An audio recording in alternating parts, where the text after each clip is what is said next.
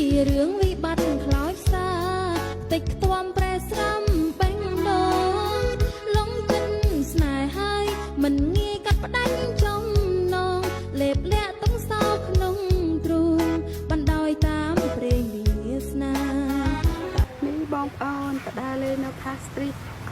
ពេលរាត្រីហើយយើងមកទីថតរូបលេងនេះនៅលើភ្នំមណ្ឌលគិរីក្នុងសាលាខ្មែរដើរលេងថាសប្បាយណាស់ជិះតូងចោលអាកាសត្រជាក់ប្រឆៃមានតូងជីតូងគេគួរឲ្យស្អាតមានអារម្មណ៍ថាចង់ជិះអានេះមានលក្ខណៈថាបេះដូងអានេះកន្លែងគឺថតរូប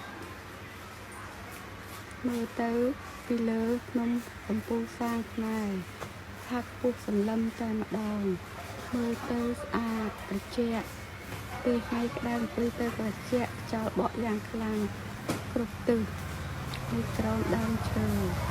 អានេះរៀងអសរ S ផ្លូវមណ្ឌលគិរីយើងឡើងទៅលើភ្នំថតរូបមកជាប់ជារៀងអសរ S នៅមណ្ឌលគិរីទេសភាពព្រៃព្រឹក្សាគឺថាស្អាតស្រស់បំព្រងតែម្ដងចាបងប្អូន